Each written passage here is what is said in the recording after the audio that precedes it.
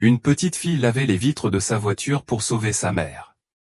Puis un PDG solitaire a compris pourquoi et tout a changé. L'air matinal à Paris était âcre, mordant manteau et écharpe comme si l'hiver avait quelque chose à prouver.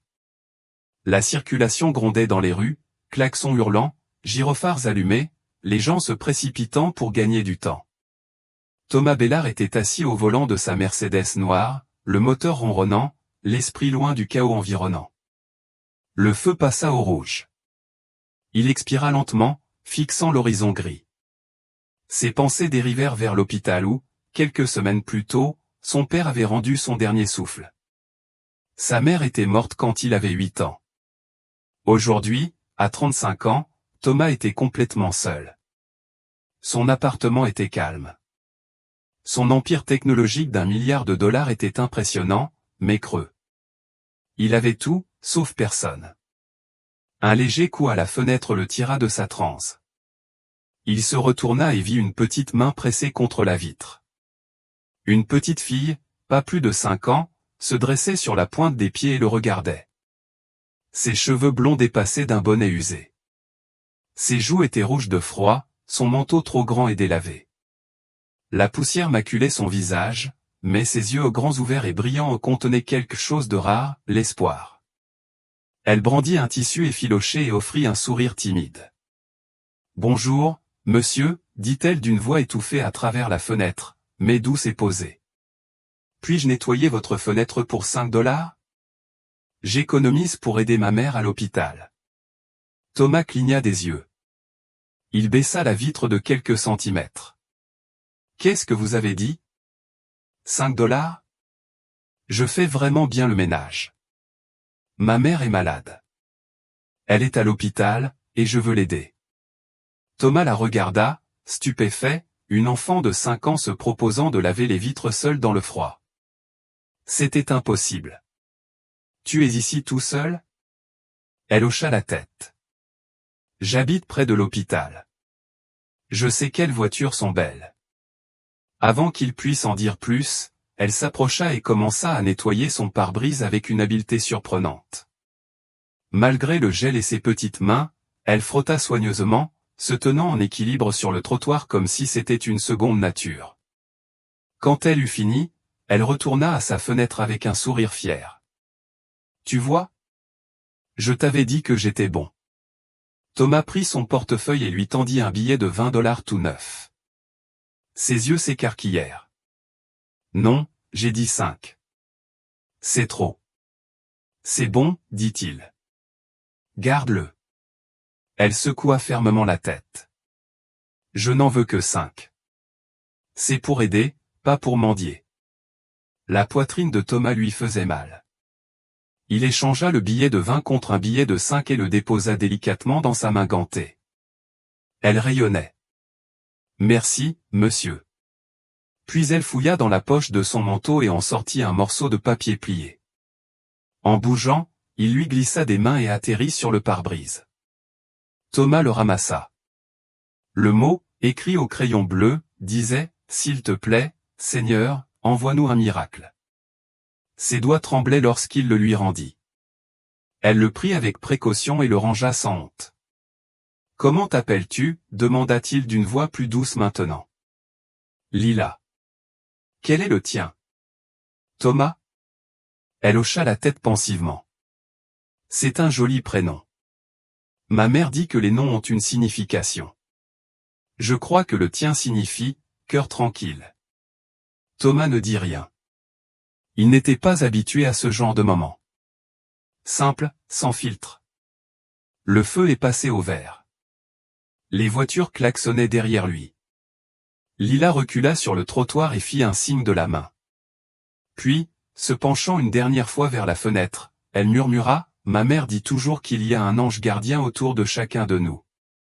Je pense que tu pourrais être le mien. » Et sur ce, elle se retourna et courut, disparaissant dans la mer de gens qui se dirigeaient vers l'hôpital. Thomas est resté immobile, même si la circulation s'est accélérée. Pour la première fois depuis des années, il ne se sentait pas aussi seul. Il se sentit vué, quelque part au plus profond de lui-même, une question prit doucement vie.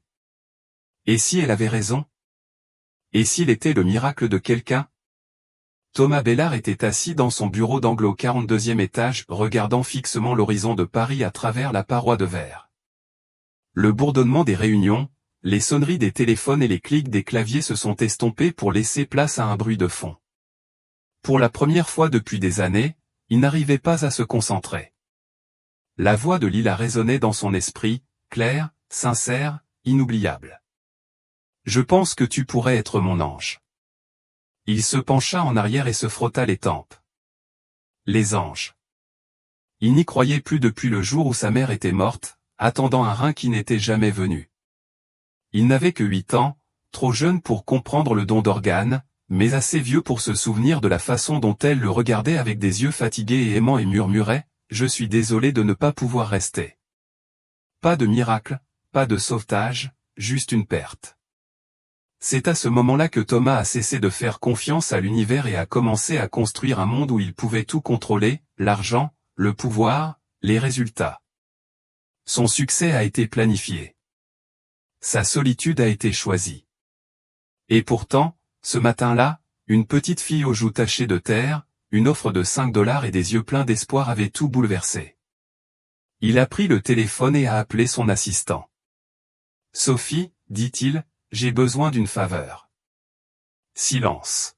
« Bien sûr. Il y a une petite fille, Lila. Je l'ai rencontrée devant l'hôpital Saint-Antoine. Elle lavait les vitres des voitures. Je veux savoir qui elle est, où elle habite, pourquoi elle est là. » Sophie ne l'a pas interrogée. « Donne-moi 1 heure. » Thomas a mis fin à l'appel et s'est assis en silence, regardant la ville pulser sous lui. Il ne savait pas pourquoi Lila l'avait attaqué. C'était peut-être sa détermination. Ou peut-être qu'il a vu en elle le garçon qu'il était. Jeune, effrayé, essayant de maintenir le monde ensemble avec rien d'autre que de l'espoir. 45 minutes plus tard, Sophie revient avec un dossier. Elle s'appelle Lila Dumas. Elle a 5 ans et vit dans un HLM non loin de l'hôpital. Sa mère, Claire Dumas, est hospitalisée depuis plus de 2 semaines pour une insuffisance rénale de stade 5. Elle est sur la liste d'attente pour une transplantation, mais son état s'aggrave. Thomas a ouvert le dossier. Une photo de Claire le fixait, granuleuse mais indéniablement frappante. De longs cheveux blonds, une peau pâle et le genre de beauté qui semblait fanée, pas perdue. Il y avait de la douleur dans ses yeux mais aussi de la grâce. Elle illustrait des livres pour enfants, poursuivit Sophie. Elle travaille principalement en freelance, sans conjoint. Elle élève Lila seule. Thomas se rassit, le dossier toujours ouvert dans ses mains. Une mère célibataire, sans soutien, mourant pendant que son enfant nettoyait les vitres pour récolter des fonds. « Merci, dit-il doucement. » Cette nuit-là, le sommeil ne vint pas. Il était allongé dans son appartement, écoutant le bourdonnement lointain de la ville, essayant de raisonner avec lui-même. Il n'avait aucune obligation d'aider. Il avait fait sa part.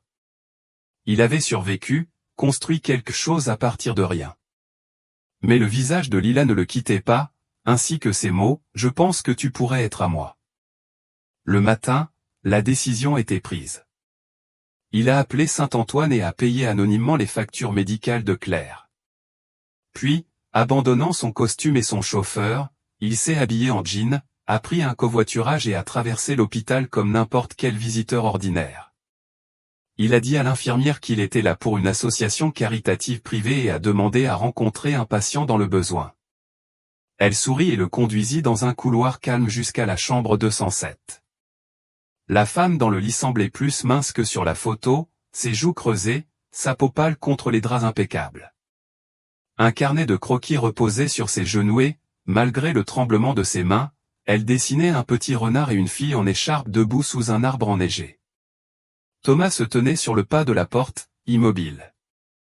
Son cœur battait fort contre ses côtes. Il ne savait pas ce qui allait suivre. Il savait seulement que quelque chose avait changé, et il ne pouvait plus faire comme si de rien n'était. Thomas entra silencieusement dans la chambre d'hôpital, prenant soin de ne pas perturber le silence. La femme dans le lit ne l'a pas remarqué au début. Ses cheveux blonds, ternis par la maladie mais toujours gracieux, pendaient librement autour de son visage tandis qu'elle se penchait sur un carnet de croquis. Ses doigts tremblaient, mais il s'agitait avec précaution, dessinant quelque chose de délicat et de vivant, un papillon. Malgré l'instabilité de sa main, les lignes dansaient d'espoir. Les ailes déployées semblaient prêtes à s'envoler, fragiles mais libres. Thomas resta un moment silencieux à l'observer. Puis il s'éclaircit la gorge. Claire leva les yeux, surprise, ses yeux, verts pâles et pleins de fatigue, croisèrent les siens. « Je suis désolée, dit-elle en essayant de se redresser. Je n'ai entendu personne entrer. Tout va bien, répondit Thomas en s'avançant dans la pièce. Je m'appelle Nathan. Je suis bénévole dans un programme qui rend visite à des patients qui sont également artistes. J'ai entendu dire que vous illustriez des livres pour enfants. Un léger sourire éclaira ses lèvres. Avant? J'essaie encore quand mes mains coopèrent. J'ai vu ton papillon, dit-il en désignant son carnet. Il est magnifique. Elle rit, un rire doux mais sincère. Tu n'as vu qu'une moitié d'elle. Même la moitié suffit pour ressentir la vie qui s'y trouve. Claire baissa les yeux sur le croquis, puis le regarda à nouveau. Dessiner me donne l'impression d'être ailleurs. Ni ici, ni malade, juste dans l'histoire. Thomas hocha la tête. Je connais ce sentiment. Il y eut un silence empli de compréhension. Elle mit le carnet de croquis de côté. Nathan, c'est ça? Il hocha de nouveau la tête. J'apprécie votre visite, mais si vous êtes là pour m'aider, je n'accepte pas les aumônes. J'ai reçu des propositions, et elles viennent de bonnes sources, mais je préfère gagner ce que je peux. J'ai encore quelque chose à donner. Thomas la regardait, ému par sa force tranquille. Je ne suis pas là pour donner quoi que ce soit. Peut-être juste écouter, ou acheter un dessin si vous le vendez. Claire pencha la tête, les yeux plissés de manière enjouée. Tu veux acheter un croquis à un inconnu dans un lit d'hôpital. Je veux quelque chose de concret pour mon bureau, répondit Thomas. Je suis entouré de choses soignées. Votre travail, ça paraît honnête. Ça ralentit le rythme. Elle l'observa de nouveau, son regard doux mais perspicace. Puis elle sourit. Tu es étrange, Nathan, mais j'aime l'étrange. Ce qui a suivi les a tous deux surpris, une conversation profonde et naturelle qui a duré plus d'une heure. Claire parla de Lila d'une voix douce mais pleine de fierté. Elle la décrivit comme une fille d'une sagesse extraordinaire pour son âge, une fille qui remarquait tout et croyait à l'invisible. Elle m'a dit la semaine dernière, dit Claire avec un sourire, qu'un ange gardien allait venir. Je pensais qu'elle parlait d'une infirmière ou d'un voisin gentil, mais Lila a dit, non, quelqu'un auquel tu ne t'attendras pas, mais je le reconnaîtrai quand je le verrai. Le cœur de Thomas s'est apaisé. Il se souvenait de la voix de Lila ce matin-là. Je pense que tu pourrais être à moi. Claire tendit la main vers un dossier en cuir usé à côté d'elle. Si vous voulez vraiment quelque chose pour votre bureau, j'ai quelques pièces ici. J'allais les publier en ligne, mais je n'ai pas eu l'énergie. Elle ouvrit le dossier et le feuilleta page après page, forêts enchantées, ciels étoilés, enfants chassant des lucioles, le tout dessiné avec une précision fantaisiste, onirique et plein de désir. Puis Thomas l'a vu, un croquis d'une petite fille, Lila, vêtue d'un manteau d'hiver et d'un bonnet tricoté, debout au coin d'une rue de la ville. Elle tenait la main d'un homme grand en costume d'affaires.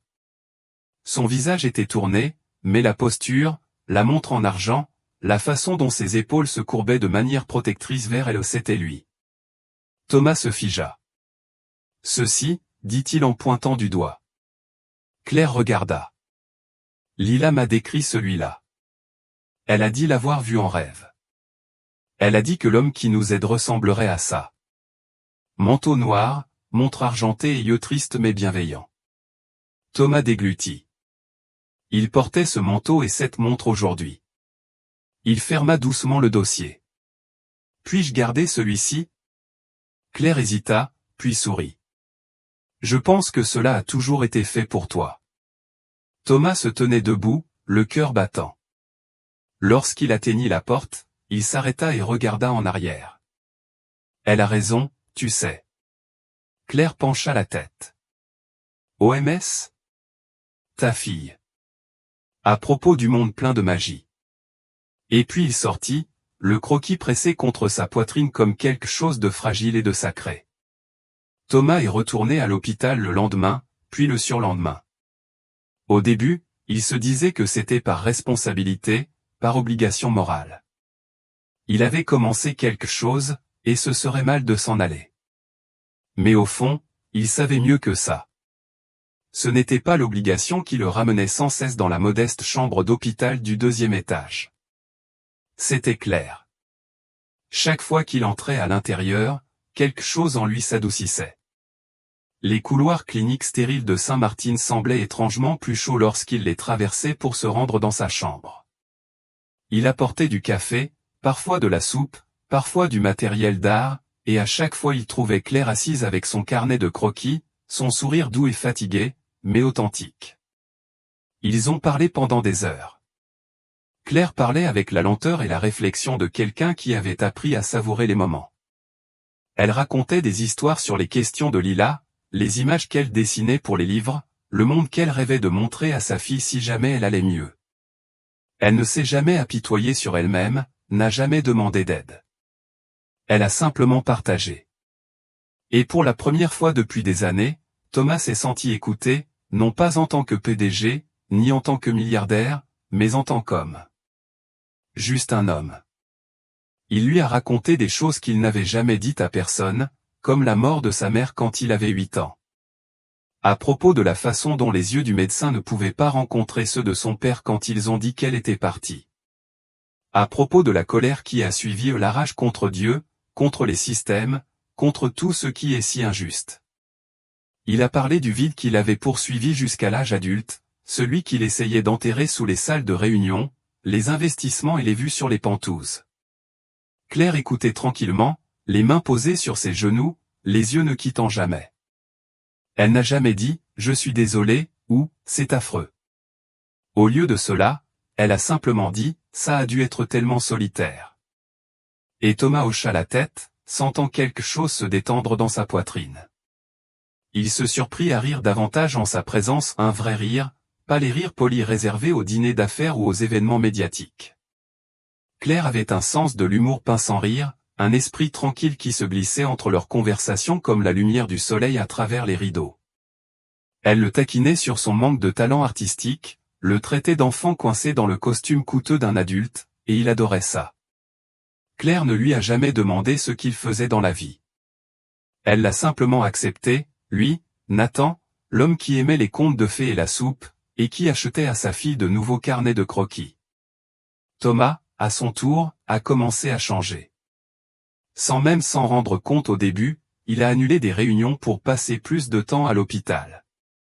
Il a arrêté de vérifier son téléphone toutes les 5 minutes. Il a commencé à lire les livres pour enfants que Claire avait illustrés avant sa maladie. Il s'est senti attiré par leur émerveillement silencieux, leur sentiment d'espoir. Il a même commencé à sourire aux étrangers. Un jour, il a apporté une surprise à Claire, un contrat avec une petite maison d'édition réputée. Il avait parlé avec un éditeur, avait tout arrangé discrètement. L'éditeur avait vu l'ancien portfolio de Claire en ligne et avait accepté de lui proposer un contrat de freelance. Elle pouvait travailler depuis son lit d'hôpital, dessiner à son propre rythme et gagner de l'argent en faisant ce qu'elle aimait. Claire fixa le contrat pendant un long moment, puis leva les yeux vers lui, les yeux brillants. « Comment as-tu ? » « J'ai des relations, » dit Thomas avec un sourire. Nathan a des amis dans des endroits étranges. Claire rit en s'essuyant les yeux. « Je ne me suis pas senti aussi utile depuis longtemps. »« Tu as toujours été utile, » dit Thomas doucement. « Tu as juste oublié. » Cette nuit-là, après avoir quitté l'hôpital, Thomas est resté dehors plus longtemps que d'habitude. Le vent de décembre balayait la rue déserte, faisant bruisser les branches nues des arbres bordant le trottoir. De l'autre côté de la fenêtre du 2e étage de l'hôpital, il pouvait voir la douce lueur dorée d'une lampe de lecture. À travers elle, il vit Claire, la tête appuyée contre l'oreiller, son carnet de croquis sur ses genoux, profondément endormi. Thomas resta immobile. Pour la première fois de sa vie d'adulte, il n'avait pas envie de courir vers la prochaine chose. Il se sentait plein, vivant, et cela lui faisait peur. Il s'appuya contre un lampadaire, les mains enfoncées dans les poches de son manteau, et leva les yeux vers les étoiles, rares et faibles au-dessus de l'éclat de la ville. Puis il regarda à nouveau sa fenêtre, ce seul carré de lumière dans un monde sombre, et se murmura. Comment se fait-il que quelqu'un qui est en train de mourir puisse me faire me sentir plus vivant que je ne l'ai jamais été? L'air à l'intérieur de Saint-Martin s'était chargé de quelque chose de plus lourd que l'hiver. Thomas l'a ressenti dès qu'il est entré dans la chambre de Claire ce matin-là. Elle avait l'air plus pâle, sa respiration plus lente, sa voix à peine un murmure. Même ses mains, autrefois si stables avec un crayon, tremblaient désormais trop pour dessiner.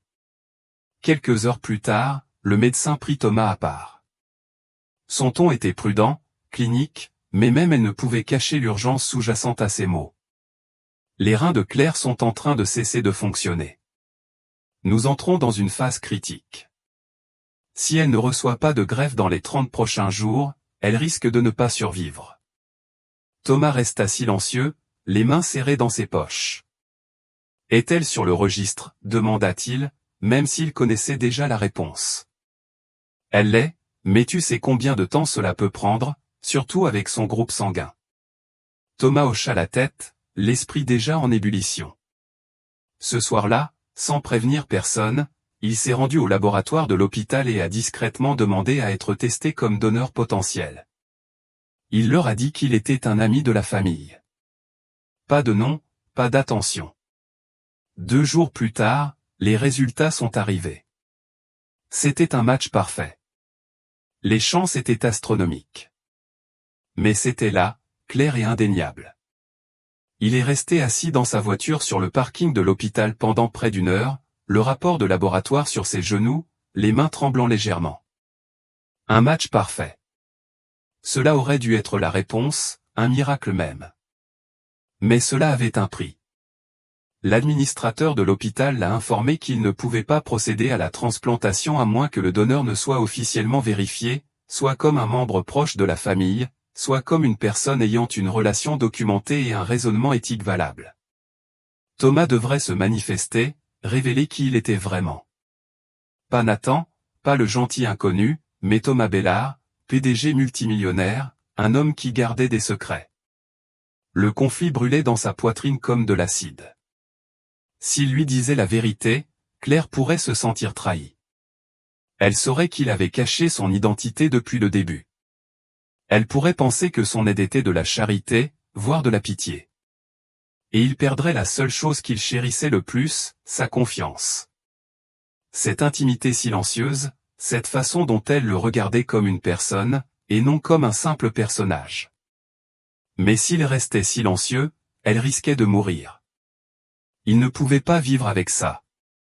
Cette nuit-là, il était assis dans sa chambre d'hôpital pendant qu'elle dormait, sa poitrine se soulevant et s'abaissant à un rythme lent. Son carnet de croquis était posé sur la table de nuit, ouvert sur un dessin à moitié terminé de lilas dansant dans la neige. Thomas prit un stylo et tourna la page. Il écrivit lentement, soigneusement, laissant les mots venir du plus profond de lui-même. « Chère Claire, je ne m'appelle pas Nathan. Mon vrai nom est Thomas Bellard. Tu as peut-être entendu parler de moi. Je suis le PDG de Blake Systems. Je ne suis pas venu à toi en tant qu'homme d'affaires ou milliardaire. Je suis venu à toi parce que j'avais besoin de quelque chose de concret. Et puis je t'ai rencontré. J'ai observé ta façon de vivre même en mourant, ta façon de voir la beauté, ta façon de choisir l'espoir. Tu m'as rappelé ce que signifie se sentir à nouveau humain. Je n'ai jamais voulu mentir. Je ne voulais juste pas que le monde dans lequel tu vis change à cause de qui je suis. Mais maintenant, je ne peux plus me taire. J'ai fait un test. Je suis compatible. Je peux te donner mon rein. Non pas parce que tu as besoin d'être sauvé, mais parce que tu m'as sauvé en premier. Fais que ce soit le miracle que Lila attendait. Et si après ça tu ne veux plus jamais me revoir, je comprendrai. Mais il fallait que j'essaie. Thomas plia doucement la note et la glissa entre les pages de son carnet de croquis. Le lendemain matin, il se tenait devant le bloc opératoire, vêtu d'une blouse, le cœur battant sous les couches blanches stériles. Pas de caméra, pas d'entourage, juste lui et son choix. Alors qu'il le faisait entrer, il ferma les yeux et murmura dans le silence, « Si les miracles existent, donnez-lui une vie qui vaille la peine d'être vécue. Je n'ai pas besoin qu'elle sache que c'était moi. » Le monde revint à Claire en morceaux lents, doux et flous. Le bip des machines, le murmure étouffé des infirmières, une chaleur constante à ses côtés. Elle cligna des yeux sous les lumières de l'hôpital, le corps lourd, la gorge sèche. Une douleur persistante lui traversait l'abdomen, mais elle était sourde, lointaine, comme si quelque chose arrivait à quelqu'un d'autre. Elle tourna la tête et vit Lila recroquevillée sur le canapé près de la fenêtre, profondément endormie sous une couverture d'hôpital, serrant un lapin en peluche. Puis la voix de son médecin, douce et calme, lui parvint. « Vous êtes réveillée. C'est bon signe. » Claire essaya de parler, mais ses lèvres bougèrent à peine. Le médecin sourit gentiment. « La greffe s'est bien passée. Votre rétablissement est long, mais votre corps réagit merveilleusement bien. » Claire fronça faiblement les sourcils. Sa voix était rauque lorsqu'elle demanda enfin, « Qui ? Qui était-ce » Le médecin jeta un coup d'œil à son dossier. « Votre donneur a d'abord souhaité rester anonyme, mais nous avons dû le mentionner pour des raisons juridiques. Thomas Bellard. » Au début, le nom m'est à peine venu à l'esprit. Puis le médecin a ajouté, PDG de Blake System. Il semble que vous le connaissiez sous un autre nom, Nathan. Claire avait le souffle coupé. Elle fixait le plafond tandis que la prise de conscience la submergeait, profonde et soudaine. Son cœur battait la chamade tandis que des bribes de conversation lui revenaient de ses déviations prudentes, sa façon de toujours lui demander de ses nouvelles et de ne pas parler de lui-même, la chaleur de son regard qui, d'une certaine manière, n'égalait jamais l'humilité de ses paroles.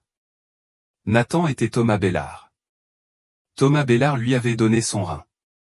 Le médecin la laissa seule et, pendant un long moment, elle resta allongée dans un silence stupéfait. Puis elle tourna la tête et vit son carnet de croquis posé sur le plateau près de son lit. Les doigts tremblants, elle l'ouvrit. Son souffle s'accéléra. Là, coincée entre les pages, se trouvait une lettre pliée et signée du regard familier d'un homme qui comptait désormais pour elle plus qu'elle ne l'aurait cru possible. Elle lut chaque mot et, à la fin, elle pleurait en silence, librement, sans honte. Ses larmes provenaient de quelque chose de plus profond que le chagrin. C'étaient des larmes d'incrédulité, d'émerveillement, de quelque chose qui semblait dangereusement proche de l'amour. Quelques instants plus tard, la porte s'ouvrit en grinçant. Lila entra sur la pointe des pieds, son petit visage grave et radieux. Elle tenait quelque chose à la main, un petit billet de 5 $ usé. Claire regarda sa fille, perplexe. « Où vas-tu, ma chérie ?» « Pour le voir, » murmura Lila.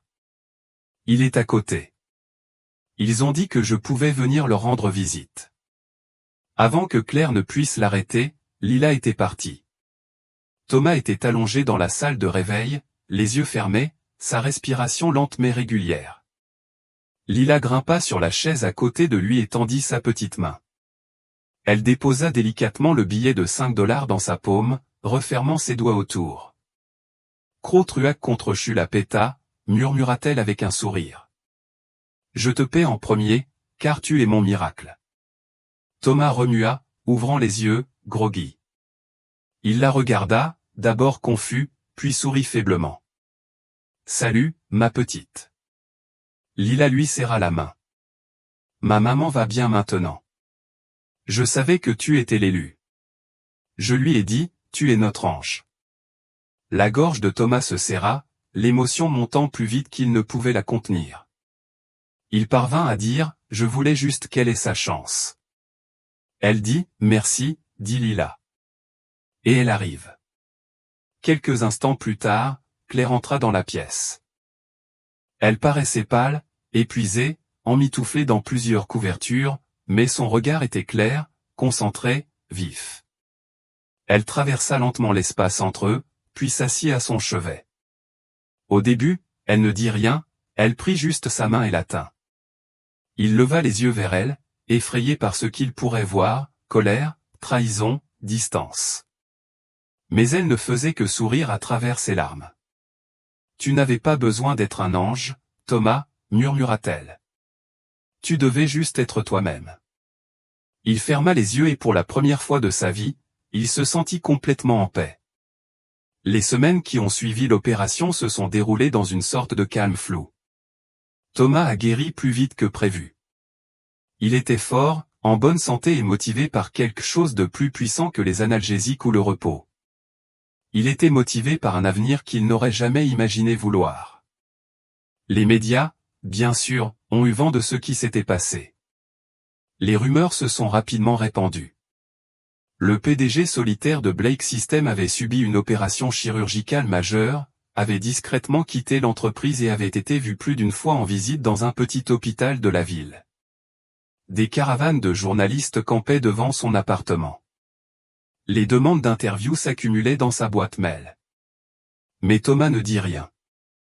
Il a publié une brève déclaration officielle remerciant son équipe et annonçant sa démission de son poste de PDG avec effet immédiat. Il a nommé son ami de confiance et partenaire de longue date comme successeur, déclarant seulement qu'il était temps pour moi de vivre différemment maintenant. Puis il a disparu. Pas de conférence de presse, pas de tournée d'adieu, juste le silence. Il a vendu son Penthouse et a emménagé dans une maison calme en banlieue, nichée près d'un parc avec une balançoire et un jardin qui captait la lumière du soleil juste comme il faut le matin. La maison était modeste selon ses anciens critères, mais parfaite. Parce que ce n'était pas seulement le sien, c'était le leur. Le rétablissement de Claire a été lent mais régulier. Sa couleur est revenue, son énergie a grandi et surtout, son esprit s'est épanoui. Chaque jour, elle semblait plus vivante que le précédent. Elle riait encore plus. Elle chantait en préparant le petit déjeuner. Elle et Lila ont peint des peintures murales dans le garage et ont dansé dans la cuisine. Claire avait cru un jour qu'il ne lui restait que quelques mois à vivre. Maintenant, elle avait des années, et elle ne perdait pas une seconde. Thomas la regardait avec une révérence silencieuse. En début de soirée, elle s'asseyait sur le porche arrière avec son carnet de croquis, remplissant les pages de scènes de l'hôpital, de souvenirs de son enfance et d'illustrations douces de la vie qu'elle redécouvrait. Un après-midi, elle s'est tournée vers Thomas et lui a dit « J'écris notre histoire. Pas seulement la mienne, la nôtre. » Il sourit. « Tu vas faire de moi le méchant ? » « Non, » dit-elle en lui touchant la main. « Tu es le chapitre où tout a changé. » Lila s'est épanouie dans son nouveau monde. Elle courait pieds nus dans le jardin, ramassait des insectes, lisait des histoires à haute voix à sa mère et insistait pour appeler Thomas papa, avant même qu'il ne soit prêt à accepter ce titre. « Tu n'es pas obligé de dire oui maintenant, » lui avait dit Lila un soir en l'abordant. « Mais tu le feras, car les familles n'ont pas besoin d'être assorties, elles ont juste besoin de s'aimer. » Thomas avait à peine quitté la pièce que les larmes coulaient. Il n'avait jamais connu un amour aussi calme, aussi apaisant. Il avait passé des années à croire que le succès se mesurait en chiffres, en réalisation et en récompenses. Le succès ressemblait désormais à des crêpes le dimanche matin, à Lila endormie avec un livre sur la poitrine, au rire de Lila résonnant dans le couloir. Il n'y avait pas de salle de réunion, pas de marché boursier, pas de gros titres au monde qui puissent rivaliser avec cela. Et dans cette paix, Thomas s'est retrouvé. Non pas l'homme qu'il avait été auparavant, mais l'homme qu'il était censé devenir. Pas un PDG, pas un sauveur, juste un père, un partenaire, un homme qui a cru à nouveau. Un an plus tard, la neige recouvrait la ville tranquille où vivait désormais la famille Blake Dawson. Il recouvrait les toits et bordait les trottoirs, donnant l'impression que tout sortait des pages d'un conte de fées. À l'intérieur d'une librairie chaleureuse de Main Street, les gens se sont rassemblés pour le lancement du premier livre pour enfants de Claire Dumas, Un miracle nommé Thomas. Autrefois mère célibataire dans un lit d'hôpital, Claire était désormais une auteure publiée dont l'histoire touchait les cœurs à travers le pays. Son livre parle d'une petite fille aux grands rêves, d'une mère fatiguée et d'un étranger qui entre dans leur vie un matin d'hiver. Il y était question d'amour trouvé dans les endroits les plus inattendus et de courage, nom de magie, créant des secondes chances. La dernière page montrait une petite fille tenant la main de ses parents sous un ciel jonché de lanternes flottantes. Il n'y avait pas de mots. Aucun n'était nécessaire. Thomas se tenait tranquillement à l'arrière, laissant Claire profiter de son moment, mais le silence ne dura pas. Il y a une équipe de journalistes dehors, murmura un vendeur.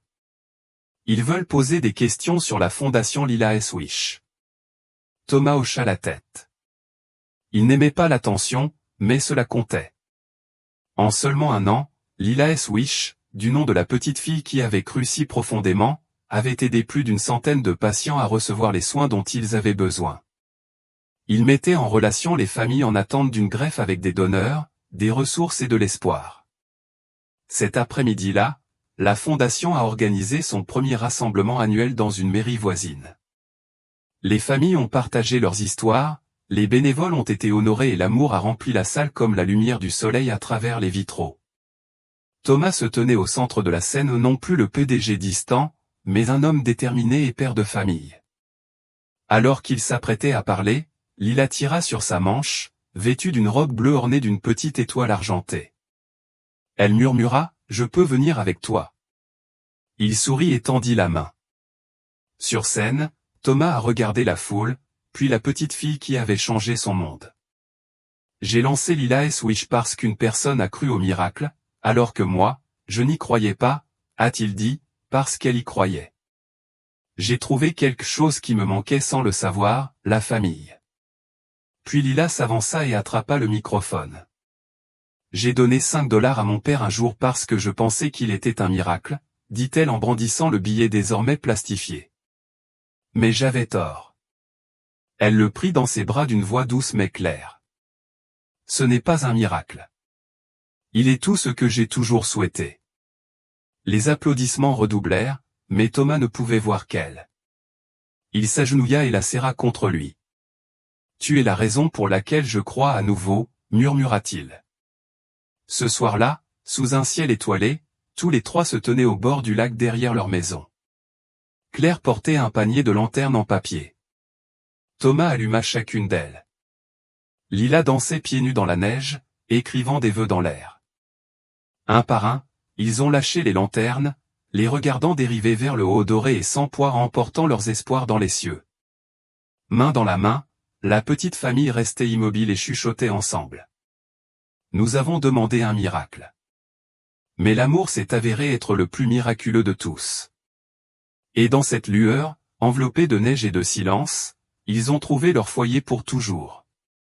Si cette histoire a touché votre cœur comme elle a touché le nôtre, prenez un moment pour réfléchir aux miracles silencieux qui nous entourent chaque jour, les petits actes de gentillesse, les connexions inattendues, l'amour qui apparaît dans les endroits les plus improbables. Parce que parfois, le miracle que nous attendons, c'est simplement quelqu'un qui choisit de rester. Si vous croyez aux histoires qui guérissent, inspirent et nous rappellent ce qui compte vraiment, alors vous êtes au bon endroit. Abonnez-vous à Soul Stirring Stories pour découvrir d'autres histoires touchantes comme celle-ci. Des histoires vraies de résilience, de compassion et d'amour qui changent des vies. Merci d'avoir regardé et n'oubliez pas que même la plus petite lumière peut nous guider vers la maison.